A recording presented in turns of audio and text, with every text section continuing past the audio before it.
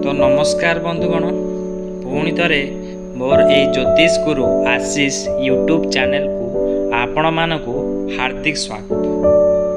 तो बंधु माने मु आज एमिति एक रहस्यजनक कहवाक जाऊँगी जे पुरी मंदिर रे जो 22 टी पाहाच अच्छी आमे जानिथिबा जो भक्त माने जाउछनी पुरी मंदिर को जदि से 22 टी पाहाच को मुंडिया मारिकी जगन्नाथ दर्शन करने जाऊँगी तारे कौन लाभ हम जदि से 22 टी पाहाच को मुंडिया न मारिकी जाऊँगी जगन्नाथ दर्शन करने ताले कौन क्षति हम क्षति माने नुह कौन किसी विघटन घटो कि दुर्घटना घटो ना मु आज भिडियो कहबी। तो भिडियोटी को स्किप करेंगे ना। ये भिडियोटी संपूर्ण रूपे 100% सत्य आपन को आधारित कर।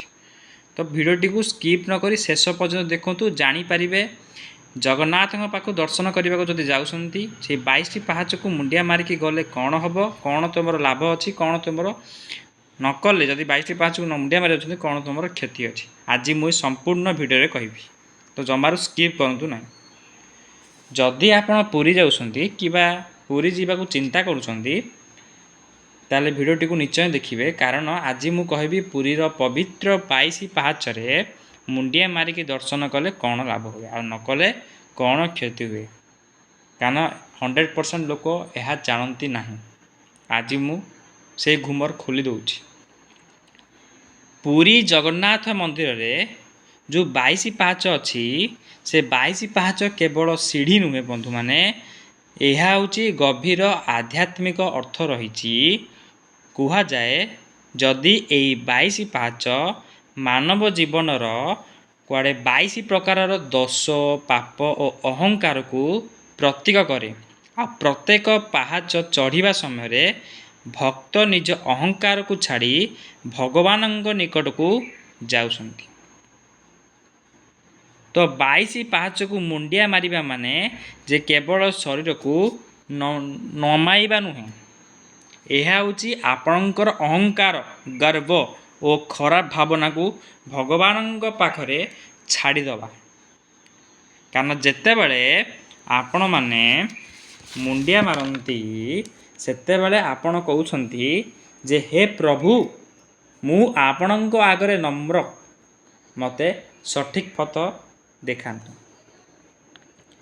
तो बंधु माने आसतु जानिबा मुंडिया मारी दर्शन कले कौन लाभ अच्छी यदि मुंडिया मारी न दर्शन करछंती तारे कौन क्षति अच्छी कारण 22 टी पाहाच गोटे नॉर्मल सीढ़ी नुहे बंधु माने मु बारंबार कहूची यह हूँ तुमर 22 प्रकार दोष पाप अहंकार गर्व सबूर प्रतीक कहते 22 पाहाच। जदि आपण माने मद्रराजपुर जाइथिबे तेबे सेठी भी पाहाच रे देखिबे तुमर जेतेक सब गर्व अहंकार पाप सबू से पाहाच रे लिखा अछि। तो से सबू पुरीर 22 पाहाच सहित इंगित करुछि कारण आपणकर सबू पाप धोई हो से 22 पाहाच रे। तो वर्तमान आसु जानिबा मुंडिया मारी दर्शन कले कौन लाभ हम जदि मुंडिया मारी दर्शन करना तारे कौन क्षति हम जदि जानवा चाहूँगी भिडियोटी को संपूर्ण रूपे देखु स्किप करेंगे नहीं। बारंबार कहूँ ना आपण डेली पुरी जाउथिबे हेले पुरी जीवार महत्व कौन लाभ कौन बा आमर मनरे कौन अच्छी पुरी पाई कौन इंगित अच्छी आपण जानीपारे ना। तो चलतु आमे कहिबा मुंडिया मारी दर्शन कले कौन लाभ अच्छी। जदि आमे मुंडिया मारी दर्शन करने को जाऊँ जगन्नाथ को ताहले मन रखंतु प्रथम कथा है आपणक मनरे शांति आसीबो अहंकार कमिजिवो भक्ति श्रद्धा बढ़िबो मन शुद्ध रहिबो जीवन रे सकारात्मक परिवर्तन आसीबो। तो बंधुगण ये जहाँ भी सब कहली ये सब लाभ सेतेबेले हबो जेतेबेले आपण जगतरनाथ जगन्नाथ को मनरु भक्ति करिकी 22 पाहाच को नम्र भाव में मुंडिया मारिकी जगन्नाथ को दर्शन करने जाऊँगी आपन जिते सब गर्व अहंकार पाप सेठी धोई दौरान जगन्नाथ जगन्नाथ पाखे पाप सबू धोई दौरान। नेक्स्ट वीडियो भी यहाँ कहबी जे पुरी मंदिर रे थिबा समुद्र ଆପଣ ଯାଇଥିବେ ପୁରୀ ମନ୍ଦିରରେ ଯେଉଁ ସମୁଦ୍ର ଅଛି, ସମୁଦ୍ର ଭିତରେ ମଧ୍ୟ ଗୋଟେ ଗଭୀର ରହସ୍ୟ ଅଛି। ମୁଁ ଆପଣଙ୍କୁ କହିବି ସେ ରହସ୍ୟ କ'ଣ। ମୁଁ ନେକ୍ସଟ ଭିଡ଼ିଓରେ କହିବି ଯେ ପୁରୀ ମନ୍ଦିର ଯେଉଁ ସମୁଦ୍ର ଅଛି, ଯଦି ଆପଣ ସମୁଦ୍ର ପାଖକୁ ଯାଉଛନ୍ତି ସ୍ନାନ କରିବା ପାଇଁ ବା ତୁମର ଧୁଆଧୁଇ କରିବା ପାଇଁ ଯାହା ବି ହେଉ, କିନ୍ତୁ ସେ ସମୁଦ୍ର ଭିତରେ ଏମିତି ଏକ ରହସ୍ୟ ଅଛି, ଏମିତି ଏକ ଜିନିଷ ଅଛି ଯାହା ଆପଣଙ୍କର ପୁରା ଜୀବନକୁ ବଦଳାଇ ଦେବ, ତୁମର ଭାଗ୍ୟ ବଦଳାଇ ଦେବ। କିନ୍ତୁ ଆଜି ଆମେ ଏବେ ଜାଣିବା ଯେ ମୁଣ୍ଡିଆ ମାରି ଦର୍ଶନ କଲେ କ'ଣ ଲାଭ, ତ ମୁଁ ଏନେ କହିଲି। ତ ଚାଲନ୍ତୁ ଜାଣିବା, ଯଦି ଆମେ କୌଣସି ଭକ୍ତ ଯଦି ମୁଣ୍ଡିଆ ନ ମାରି ଯାଉଛେ ତାହେଲେ କ'ଣ କ୍ଷତି ହେବ। କ୍ଷତି ମାନେ ଏହା ନୁହେଁ ଯେ କୌଣସି ଦୁର୍ଘଟଣା କି ଘଟଣା ଜନିତ କିଛି ହେବ କି ବିଗ୍ରହାଟ ସୃଷ୍ଟି ହେବ।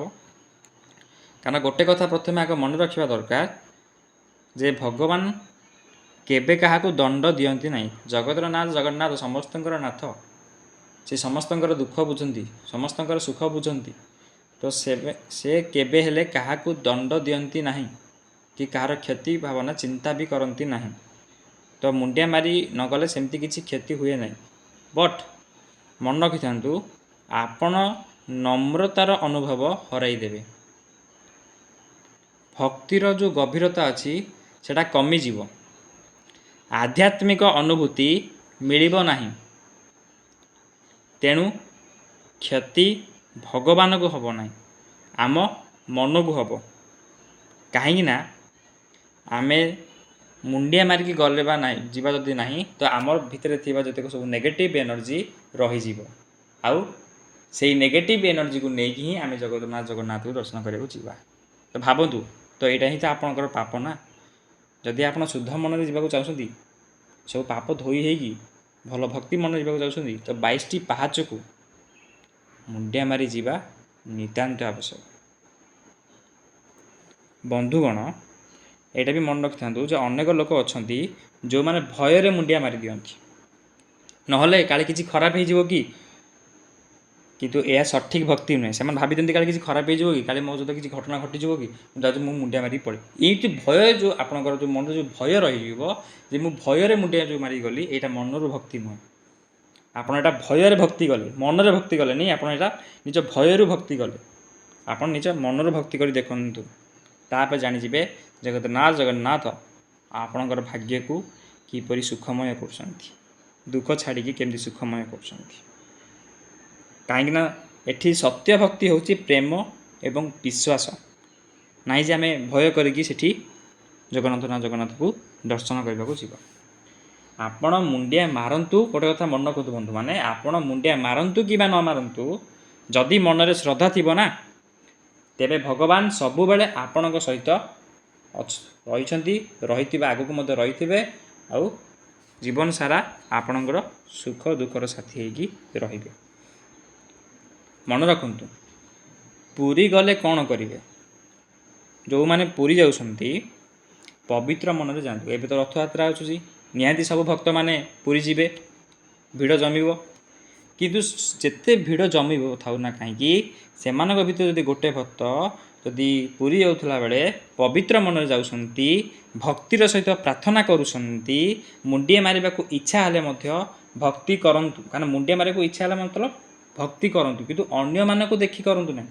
ମୁଣ୍ଡିଆ ମାରିବାକୁ ଇଚ୍ଛା ହେଉଛି ଭକ୍ତି କରିବେ, କିନ୍ତୁ ଅନ୍ୟମାନଙ୍କୁ ସିଏ ଭକ୍ତି କରୁଛି ତ ମୁଁ ବି ଅଛି ଭକ୍ତି କରିବି, ସିଏ ମୁଣ୍ଡିଆ ମାରୁଛି ତ ମୁଁ ମୁଣ୍ଡିଆ, ଏଇଟା ନୁହେଁ। ନିଜ ମନରୁ ଭକ୍ତି କରି ମୁଣ୍ଡିଆ ମାରନ୍ତୁ, ଅନ୍ୟକୁ ଦେଖାଣିଆ କରିକି ମୁଣ୍ଡିଆ ମାରନ୍ତୁ। କାରଣ ଭଗବାନଙ୍କୁ ଭଲ ପାଇବା ହେଉଛି ସବୁଠାରୁ ବଡ଼ ଭକ୍ତି, ତାଠାରୁ ବଡ଼ ଭକ୍ତି ଆଉ କେଉଁଠି ନାହିଁ। ଏଇଟା ଲେଖିକି ରଖନ୍ତୁ। ତ ମନେ ରଖନ୍ତୁ ବନ୍ଧୁଗଣ, 22 ପାହାଚ କେବଳ ସିଢ଼ି ନୁହେଁ, ଏହା ହେଉଛି ଆମ ଆତ୍ମାର ଯାତ୍ରା। ତ ମୁଣ୍ଡିଆ ମାରିବା ମାନେ ଭଗବାନଙ୍କ ଆଗରେ ନିଜକୁ ସମର୍ପଣ କରିବା। ତେଣୁ ମନେ ରଖନ୍ତୁ, ମୋର ସବୁ ଭକ୍ତମାନଙ୍କୁ ଏତିକି ରିକ୍ୱେଷ୍ଟ କରୁଛି, ଭୟରୁ ଭକ୍ତି କରନ୍ତୁ ନାହିଁ, ଭକ୍ତିଟା ପ୍ରେମରୁ କରନ୍ତୁ। ନିଜ ମନରୁ ଭକ୍ତି କରନ୍ତୁ, ପ୍ରେମ କରନ୍ତୁ, ମନରୁ ଭଗବାନଙ୍କୁ ପ୍ରେମ କରନ୍ତୁ ଏବଂ ଦର୍ଶନ କରନ୍ତୁ। ରହିଲି, ଜୟ ଜଗନ୍ନାଥ, ହର ହର ମହାଦେବ।